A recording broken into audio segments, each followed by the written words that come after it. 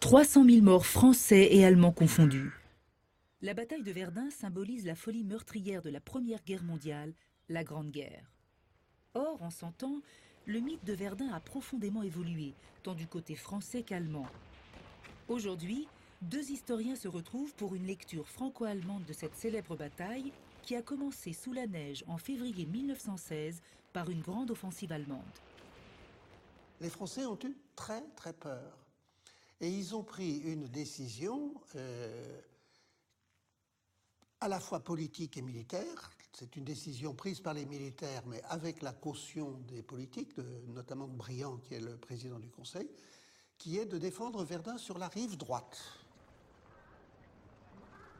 Pour les militaires, il aurait été plus confortable de défendre Verdun sur la rive gauche, parce qu'il n'y avait pas la Meuse à traverser. La Meuse, c'est un obstacle monstrueux. Vous avez une vingtaine de divisions sur le front de Verdun. Une division, c'est entre 10 et 15 000 hommes. Il faut les faire traverser la Meuse. Donc vous voyez l'effort d'organisation qu'il a fallu faire pour défendre sur la rive droite. Mais on a décidé de défendre sur la rive droite. Et de ce fait, on a donné à Verdun un statut symbolique très fort, alors que si on avait défendu sur la rive gauche, on abandonnait la moitié de la ville aux Allemands. Verdun a une particularité par rapport aux autres batailles, parce que c'est un combat vraiment rapproché, sous le feu d'artillerie lointain. Le pilonnage est tel que les tranchées, elles sont totalement bouleversées. On les reconstitue vaguement pendant la nuit. Les tranchées, c'est des passages de trou d'obus à trou d'obus. On enchaîne les trous d'obus. Donc ils sont à portée de main, ils se battent au fusil, ils se battent à la grenade, ils se battent éventuellement à l'arme blanche. Et en même temps, vous avez des gaz. C'est le fusil mitrailleur qui est très important et le fusil lance-grenade.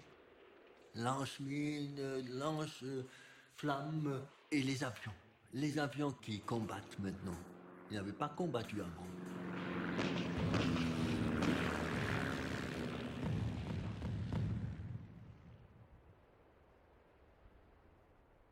Après 8 mois de combats acharnés, la ligne de front n'a quasiment pas bougé. Avant même la fin de la guerre, le mythe de Verdun est créé. Les autorités et la société civile s'organisent pour commémorer la bataille et construire des monuments pour sacraliser les lieux. Côté allemand, c'est l'inverse.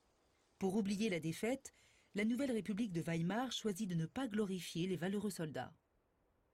C'est non pas simplement le deuil refusé, mais c'est l'honneur refusé.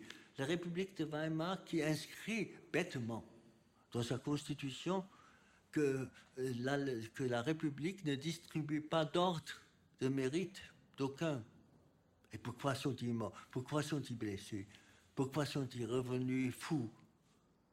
À la fin des années 20, c'est un questionnement, c'est un débordement de récits et réveiller aussi le souvenir de Verdun. Et puis, les nazis ont construit tout un mythe autour de l'événement de Verdun. Ils se sont aussi, bien sûr, basés sur le récit nationaliste. Et ils ont interdit l'autre récit, des souffrances. Et voilà qu'est érigé le soldat au regard d'airain sur le casque d'acier qui ressemble étrangement à l'homme SS.